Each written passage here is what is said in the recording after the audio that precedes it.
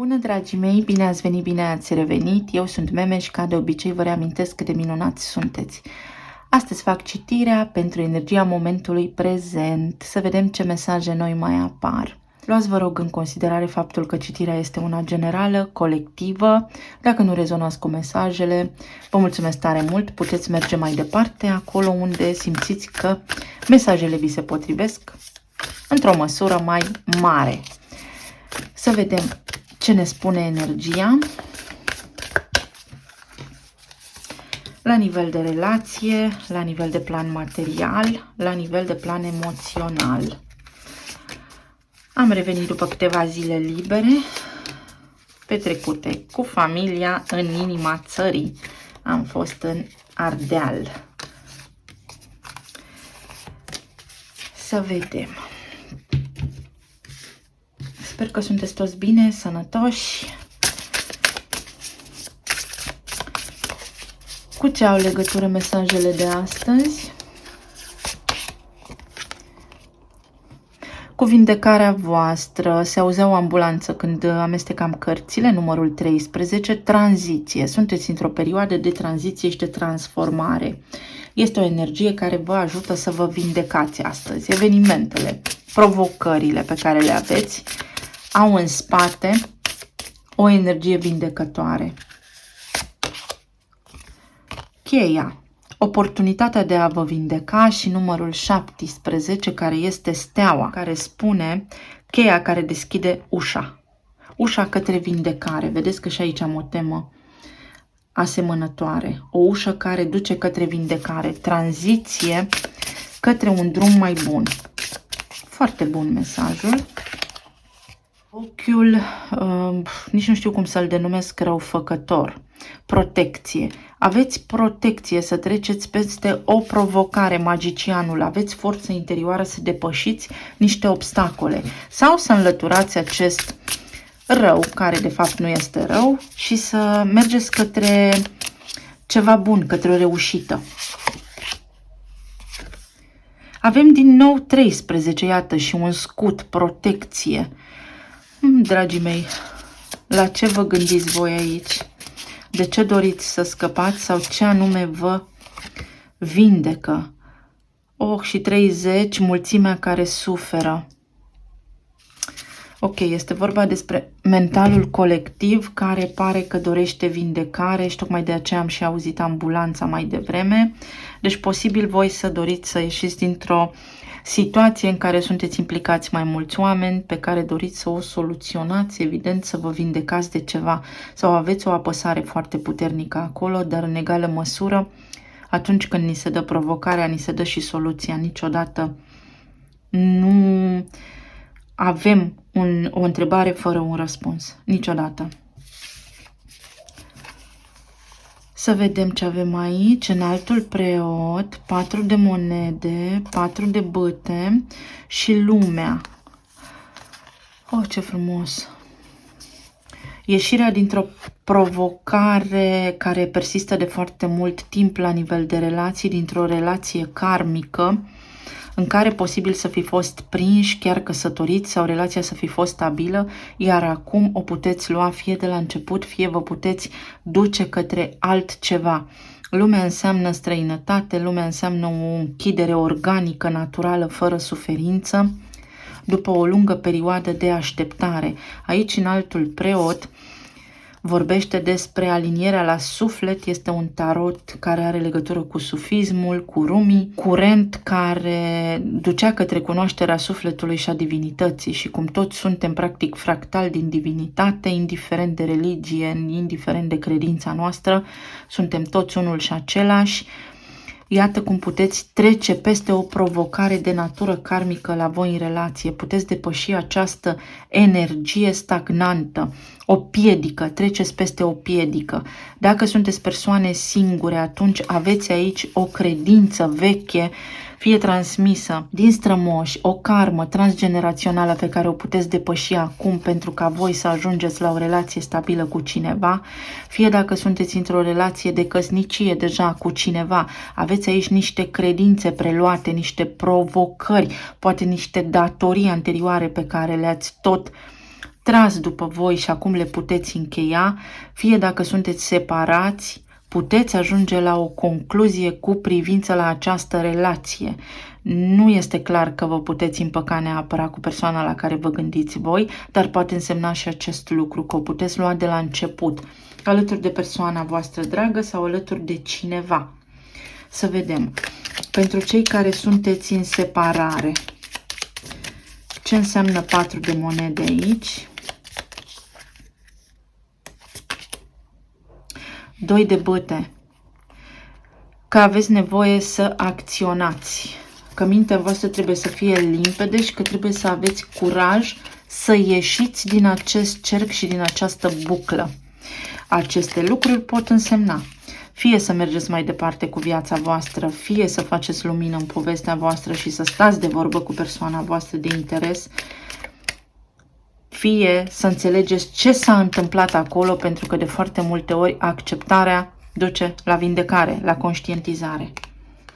Ce înseamnă înaltul preot aici? Iată, 3 de bâte, acțiune. Nu puteți să rămâneți în dolce far niente, cu gândul la cineva, fără să-l acționați într-o direcție sau alta. Fie să mergeți pe calea voastră, fie să încercați să găsiți o oportunitate care, iată, apare aici pentru că aveți protecție, da? Să nu vă temeți de, nu știu, fricile voastre, aveți protecție împotriva fricilor voastre, se așează lucrurile astfel încât voi să ajungeți la o concluzie, da? Voi să ieșiți din suferința aceasta colectivă și să găsiți un răspuns la întrebările voastre.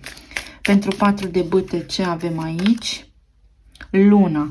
Voi aveți acum oportunitatea, sau când vizionați clipul sau oricând doriți voi, pentru că timpul nu este liniar, timpul sacru este doar în momentul prezent, să faceți o mișcare, să clarificați această necunoscută, să scoateți din subconștient lucrurile care au lucrat împotriva relației despre care vorbim aici, care au dus la separarea voastră, pe partea voastră evident, pentru că persoana voastră de interes vă va oglindi.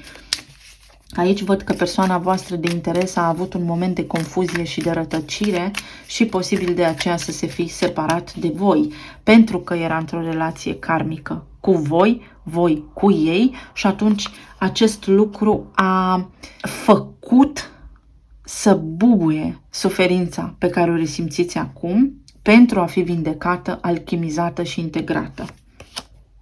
2 de spade înseamnă că la nivel mental, la nivel de psihic, la nivel de subconștient, aici au existat niște piedici. Fie voi și persoana voastră de interes nu v-ați văzut reciproc, nu găseați soluții sau nu vibrați la fel, nu aveți un drum comun, dar ați rămas cu această suferință pentru că persoana aceasta va reflecta bucăți pierdute din voi. Fie comunicarea nu era una avantajoasă. Ce spune lumea aici? Împărăteasa. Da. Pentru cei care sunteți în separare aici, dacă persoana respectivă sau dacă voi ați plecat din relație sau persoana respectivă a plecat din relație, este pentru că niciunul dintre voi nu aveați lucrat partea de stimă de sine. Și această relație va învăța și pe voi și pe această persoană cum să vă recăpătați puterea personală și stima de sine, cum să lucrați la acest capitol, aspect important din viața voastră, pentru a nu mai fi o victimă. Aici vorbim despre cineva care a fost o victimă în relație sau așa a crezut că a fost o victimă în relație și este important să vă recăpătați înapoi puterea. Pentru cei care sunteți singuri, 7 de bâte, opuneți rezistență. Opuneți rezistență și vă protejați de suferință. Într-o oarecare măsură, afirmațiile pe care le faceți voi nu vă vindecă, vă țin pe loc și ar trebui să deveniți conștienți de ce afirmații faceți, pentru că aveți o credință care vă blochează manifestarea. Din dorința de a vă proteja, cumva nu manifestați. Diavolul. Aveți Poate așteptări prea mari sau poate o traumă din trecut pe care trebuie să o eliberați din nou și cu voi este conectat aici stima de sine joasă. Regele de cupe, la nivel de iubire sau pe linie paternă, ați captat, ați preluat o karmă, un mod de a fi, un tipar comportamental pe care acum trebuie să îl înlăturați. Sau răspunsurile le găsiți în relația cu tata sau cu părintele care a avut cea mai mare grijă de voi. Iar pentru cei care sunteți căsătoriți, 8 de spade spune că sunteți în niște blocaje, fie aveți provocări de la partea financiară, fie aveți niște provocări de genul nu mă vede, nu mă aude, voi una spuneți, alta se aude, sau partenera nu vă bagă în seamă, sau trece prin niște stări de anxietate, provocări de sănătate realmente care vă împiedică buna dispoziția, armonia, relația, sau nu știți unde duce relația, sunteți obosiți în această relație, ați dat tot ce ați putut sau ați obosit să luptați pentru această relație sau să nu fiți văzuți, practic să fiți singuri în doi. Și aici avem îndrăgostiții. Pentru toți cei care astăzi se uită la acest clip, este o ocazie bună să luați o hotărâre, să vă axați puțin pe suflet și să lăsați mintea cumva deoparte și să vedeți ce este acolo în inima voastră de fapt, pentru că simt o energie foarte confuză aici. Deci este un moment din spațiu și din timp unde toată lumea se închide așa cumva în carapacea proprie din dorința de a se proteja, din dorința de a fi bine. Dar această dorință de fapt este o prietenă falsă, este un rezultat care nu aduce protecție, ci care aduce în continuare suferință. Mă protejez, dar sufăr în continuare pentru că nu știu să stau singur cu mine.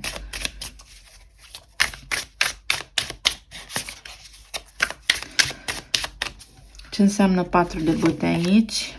Acțiune, curaj, inițiativă. Pentru toți cei care vă regăsiți aici, răspunsul este curajul. Curajul să vă vindecați, curajul să discutați despre o nouă oportunitate, curajul să aveți curaj, știu că sună ciudat, dar așa este, intenția, curajul din spate, da, pentru că aveți protecție de suferință, chiar dacă, da, să vă asumați, practic, chiar dacă veți suferi, să mergeți mai departe. Iată, din nou 8 de spade, amasul de spade aici, lipsa de claritate, teama de necunoscut. Teama de necunoscut este cel mai mare inamic al nostru. Avem 7 de monede, mai bine stau pe loc cu suferința mea. Da, ce simt aici este în felul următor și am avut și mai devreme gândul acesta. Oamenii se tem să facă o schimbare în viața lor și aleg durerea. Aleg durerea și nu schimbarea. Pentru că suntem obișnuiți cu ceea ce știm să facem cel mai bine, pentru că suntem obișnuiți cu durerea noastră, pentru că ne este teamă să ne schimbăm, mai bine ne plângem. 8 de spade. Vă dați seama aici de 3 ori. Foarte mulți dintre voi veți debloca acest aspect important de aici de la relații, veți căpăta claritate și veți găsi o cale. Ia uitați, lumea, nu ca așa ceva, lumea 13 care este de 2 ori pe masă, încă o dată împărăteasa. Mesajul acesta este puternic pentru cine are dorința și capacitatea să-l înțeleagă. Dacă ascultați clipul astăzi, indiferent de situația în care vă regăsiți, că sunteți singuri, că sunteți separați, că sunteți într-o căsnicie, aveți de depășit frica de a fi singur în primul rând. Împărăteasa nu se teme de singurătate pentru că împărăteasa știe că are totul. Împărăteasa știe că poate manifesta, dar teama de singurătate vă face să ratați oportunități importante în viață și iubirea de fapt. Și aici cărțile vă spun că unii dintre voi stați într-o relație care este de mult închisă, doar ca să stați acolo, de teama de a nu fi singuri. Altora dintre voi vă este teamă să faceți un pas înainte. indiferent că doriți să-l faceți către persoana voastră de interes sau către viață pur și simplu, pentru că nu știți unde duce, pentru că v-ați obișnuit cu durerea voastră, iar alții dintre voi pur și simplu aveți înrădăcinată, întipărită în minte, da, o provocare care are legătură cu familia voastră, cu mediul în care ați crescut și trebuie să rupeți tiparul familiei voastre. Și apoi magia apare. Cea mai bună carte pentru cei care sunt singuri aici, cum desleagă acest tipar, cum pot face un pas înainte. Soarele. Perseverența este răsplătită. Prin soare, prin lumină. Soarele este energie masculină, prin voință, prin curaj. Curaj. Nu frica de suferință. Pentru cei care sunteți căsătoriți, avem magicianul.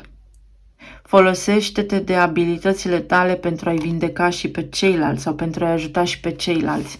În loc să stați în cearta cu partenerul vostru sau în dubii sau în acest blocaj, cum mă face să mă simt, cum îl fac să se simtă sau să se simtă ea, mai bine vă ajutați reciproc și vă dați seama că sunteți parte din aceeași echipă, practic.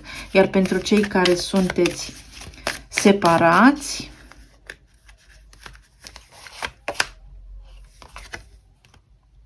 avem secretele voastre sunt în siguranță. Voi aici aveți nevoie de certitudine. Mai iau pentru voi o carte. Cavalerul. Triumf peste inamici, să spunem. Deci cele mai mari frici ale voastre aici sunt teama de necunoscut sau teama că nu știți dacă această persoană mai este cu gândul la voi sau a părăsit energetic relația. Eu aș spune aici că persoana aceasta nu a părăsit energetic relația, din contră, doar că în acest moment nu se uită către ea pentru că nu o vede. În acest moment persoana la care vă gândiți voi este blocată ca și voi, nu poate să manifeste nimic, însă va exista un moment de răscruce aici în care vă puteți întâlni. Atenție că vă puteți întâlni în același punct și în același loc de unde ați plecat anterior, care v-a consumat și drumul acela este închis. Asta este o carte care spune mă protejez, luptă multă, ceartă multă și este momentul să vă eliberați de acel tipar, da? Pentru că ne atacam și fugeam, spuneam ceva din dorința de a nu fi rănit. În fiecare cuplu se întâlnesc doi oameni care seamănă foarte mult de fapt și care își reflectă reciproc rănile.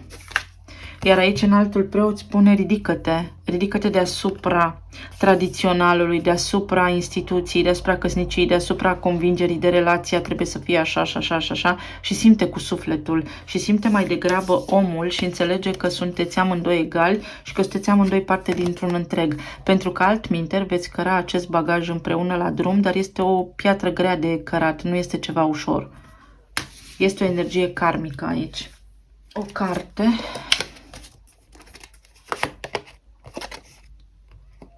Lacrimi. Veți reuși să vindecați această traumă personală, necaz personal. Deci această suferință are acum șansa să fie vindecată. Aveți șansa să vindecați această suferință. Alegerile vă aparțin. La nivel de plan material avem 7 de bâte, avem eremitul, 9 de cupe și pajul de bâte. La nivel de plan material, dacă vorbim despre un serviciu, atunci este momentul să spuneți oamenilor ce vă doriți, pentru că sunteți genul acela de angajat care își vede de treaba sa, dar care în sinea sa crede că merită mai mult. Și știți cum am fost învățați de societate, că trebuie să stăm cu minți ca să ne meargă bine sau să nu fim dați afară de la serviciu. Nu aveți curaj să articulați dorințele pe care le aveți. Este momentul să vă purtați singuri de grijă și să spuneți ceea ce doriți, indiferent de sfaturile pe care le primiți din jurul vostru. Dacă există un conflict la serviciu, atunci nu sunteți voi avocatul poporului. Feriți-vă de a fi voi purtătorul de cuvânt într-o direcție sau cealaltă. Acum, aici văd că s-ar putea să aveți niște provocări cu jurist, juristă, notar, ceva legal, ceva, o instituție, un profesor, un cadru didactic, un avocat, treburi de genul acesta. Sau că cineva luptă pentru voi. Aveți încredere în acest om, dați-i pe mână informațiile de care are nevoie pentru a vă putea ajuta, pentru că vi se îndeplinește dorința. Dacă vă doriți un serviciu mai bun, atunci vedeți că și dacă obțineți vreun interviu sau dacă mergeți la un interviu, nu aveți curaj să negociați salariul pe care vi-l doriți. Și este important să știți exact ce vă doriți pentru a putea manifesta. Ce spune 7 de bâte aici? Steaua, că veți reuși dacă aveți un proces sau dacă aveți o interacțiune cu acei oameni de mai devreme sau cu un om care are acel tip de funcție despre care am vorbit.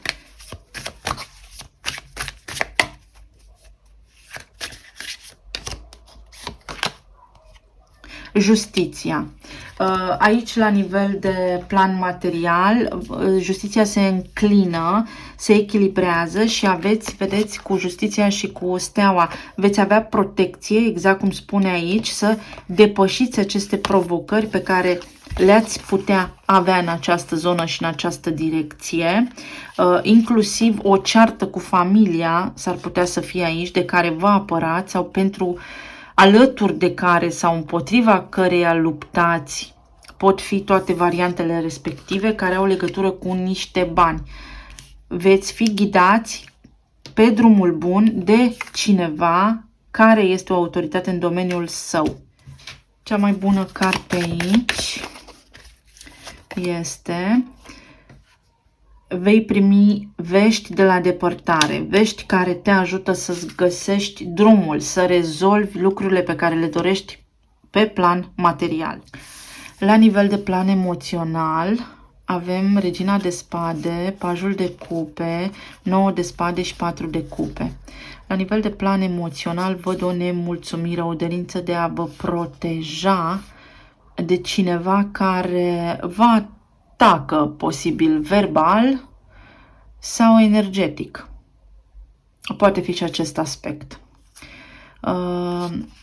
Văd aici că starea voastră este foarte joasă în acest moment, că posibil să suferiți de insomnie sau să nu vă odihniți bine, dar să fie interconectate aceste două aspecte și cu nutriția, cu modul în care aveți grijă de voi și cu ce mâncați.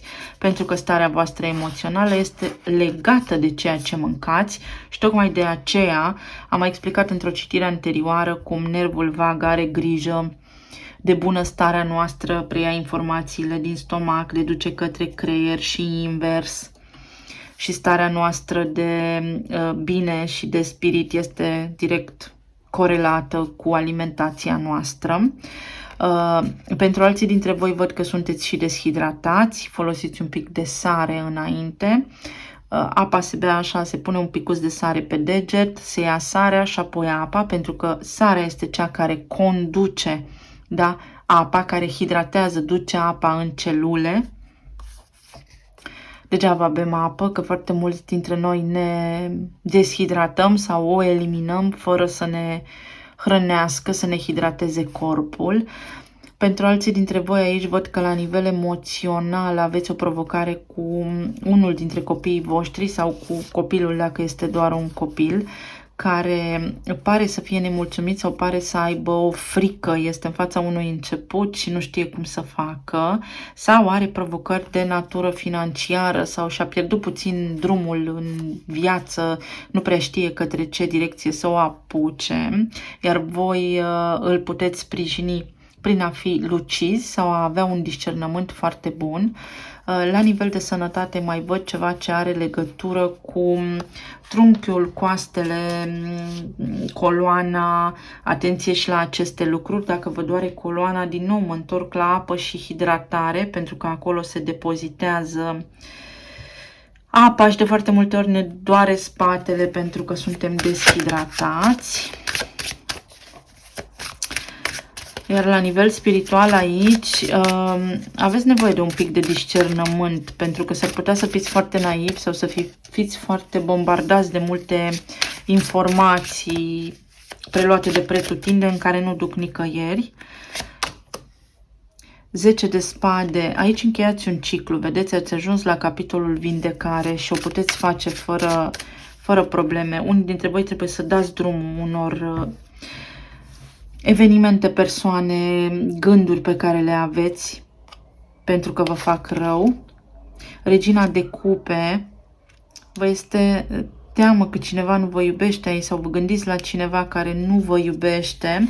Pentru unii dintre voi văd că vă împăcați cu cineva aici, că vă împăcați, dar înainte de asta trebuie să vedeți de ce nu sunteți mulțumiți.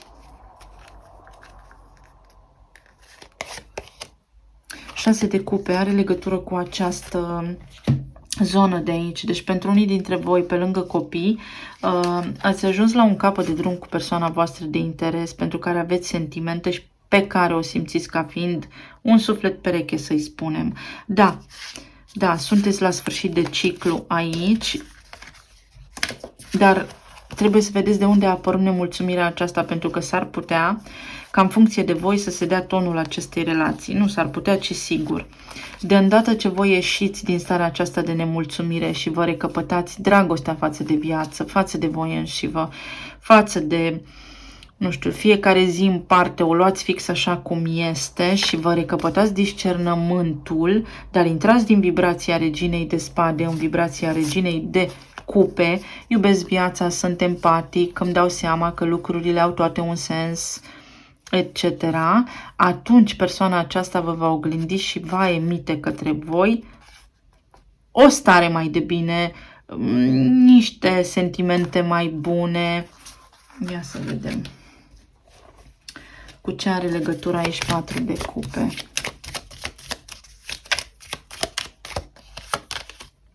Cu casa, la voi în casă, stabilitatea, 4 am pe aici, stabilitatea, emoția, iată, veți avea o surpriză, o bucurie neașteptată aici. Sunteți la sfârșit de ciclu, vi se poate schimba aici starea fără discuție, inclusiv cineva poate reveni către voi. Sau puteți face pace dacă v-ați certa cu cineva, să vă dați seama că de fapt au fost foarte multe neînțelegeri acolo, nici de cum adevărul gol-goluț. Cea mai bună carte aici este Păianjenul, să fii meticulos și răbdător. Răbdarea, cu răbdarea trecem marea. Vedeți că aici este pe mare. Este pe un mal. Cu răbdarea trecem marea și ia uitați cum din inimă se construiește acest pod virtual, vedeți? Și aici avem tot o temă de apă, da? Pe apă, din emoție, lebăda simbolizează iubirea, construim stabilitatea și relația. Și aici avem tot element de apă. Aici avem mesaje, comunicarea trebuie făcută din iubire. Iar aici avem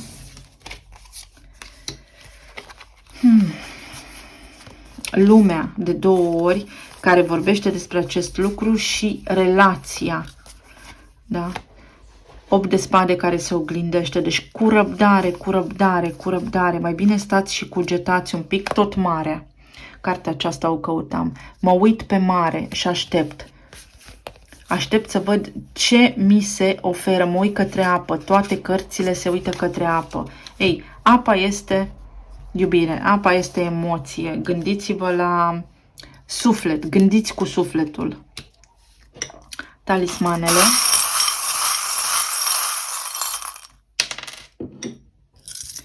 Mi-a căzut bufnița pe jos. Este un moment foarte bun să fiți înțelepți. Pentru că asta va face lucrurile să funcționeze. 3. Împărăteasa, care naște ceva, un nou început, dar de această dată va trebui să fiți atenți la stima voastră de sine, Deci aici puteți avea lucrurile pe care le aveți, dar lipsește intenția, magicianul. Vedeți? 13. Pasărea Phoenix, o schimbare la nivel de relație, se transformă ceva, se schimbă ceva în sufletul vostru sau în relația cu copiii devine mai stabilă, faceți pace cu cineva care suferă aici, vedeți 30, tot 3, faceți pace cu cineva, să știți. Mesajele prin care discutați și lucrurile de acum vor funcționa sau funcționează. Apare cristalinul aici, din nou sarea, pantoful de cristal al cenușăresei, vorbește despre spiritualitate. Trebuie să vă folosiți intuiția. Aveți protecție divină, da? Dar protecția divină vă dă sufletul vostru care vă spune acum fă asta, acum fă asta. Avem inițialele G și P. Oh, Geppetto, tatăl lui Pinocchio. Geppetto a avut foarte mare încredere. A avut încredere. El a făcut necondiționat și cu iubire păpușa pentru că și-a dorit foarte mult un copil. Deci ceva se naște, are legătură și cu copiii aici, are legătură și cu faptul că puteți realmente manifesta. Geppetto l-a manifestat pe Pinocchio din dorința de a avea un copil și l-a făcut în materie, dar până ce Pinocchio a luat viață, a trecut prin niște probe, iar proba sa a fost iubirea necondiționată. Așa veți rezolva și voi. Aici, un paj, un copil sau o intenție se naște, sau fiți atenți la intenția din spatele acțiunilor pe care le aveți, pentru că manifestați și cu aia veți trăi. Să fiți foarte atenți și când spun lucrurile astea știu ce spun, adică ar fi greu de explicat aici. Fiți doar atenți. O pagină, o nouă pagină se poate da aici, un nou început. Uitați-vă la biblioteca voastră, vedeți ce carte vă cheamă, ascultați intuiția, puneți mâna pe cartea aceea și deschideți la pagina 3 și vedeți acolo ce mesaj aveți în cartea aceea sau la capitolul 3. Unii dintre voi aveți nevoie de o acceptare a unui capitol încheiat, pentru că acest lucru vă duce către armonie, ceva se încheie aici, frunzele se înroșesc toamna și apoi vine iarna. Vedeți, ceva ce nu a mai funcționat s-a încheiat cu un scop anume, pentru că exista frecvența diavolului aici. Poate părea ceva frumos pe din afară, dar după ambalaj treburile nu stăteau la fel de bine. Lotusul, vă puteți lua înapoi puterea asupra vieții voastre. Un capricorn poate avea legătură cu casa aici. Vă puteți recăpăta casa. Avem pig, un porc, cred că în zodiacul chinezesc poate aveți legătură cu cineva din semnul acesta, arhetipul acesta, sau mai poate însemna că nu se mai poate îngrășa porcul în ajun. Avem noi o vorbă aici. Situația este cum este și trebuie acceptată, sau lucrați cu ceea ce aveți deja și conștientizați de aici. Unii dintre voi aveți o călătorie de făcut care se poate anula sau zburați către interiorul vostru. Spre seară, unii dintre voi veți primi un mesaj sau vedeți ceva pe mediile de socializare care vă ajută să conștientizați un aspect important din viața voastră, din relația voastră. Alții dintre voi aveți nevoie de mișcare, să știți că sunteți sedentari și acest lucru vă strică buna dispoziție. Spre sfârșitul săptămânii, din nou, veți primi niște mesaje care vă ajută să luați o decizie importantă în viața voastră. Alții dintre voi văd că aveți legătură cu cineva important sau așteptați o programare undeva pentru care merită să așteptați puțin. Alții dintre voi aveți nevoie de să lăsați creativitatea să iasă la suprafață, v-ați blocat cumva drumul pentru că nu puteți să vedeți în față, nu puteți să vă creați, să spuneți ce vă doriți cu exactitate. Mesajul acesta este foarte specific pentru unii dintre voi, vă veți lua o certificare și veți putea să aplicați pentru rolul pe care vi-l doriți, pentru că îl puteți obține. Atenție la durerile de coloană, v-am spus. Încercați un pic de sare, un vârf de sare să luați, da? Înainte să beți apă și veți vedea că există toate șansele ca durerea de spate să vă treacă. Pentru alții dintre voi, cel mai indicat acum este să vă resemnați, să acceptați situația așa cum este, pentru că răsare soarele, se schimbă ceva important aici, se schimbă ceva, sau gândiți-vă la anul 2008, pentru că are un răspuns pentru voi. Ce făceați atunci? Care vă va ajuta în viitor? Pentru alții dintre voi răspunsul este da. Inițialele sunt WJVIPMG. Și cam atât pentru voi, dragii mei. Vă mulțumesc tare mult, să fiți bine, să fiți sănătoși și să aveți parte de multă bucurie. Să ne reauzim cu bine și data viitoare. Pa, pa!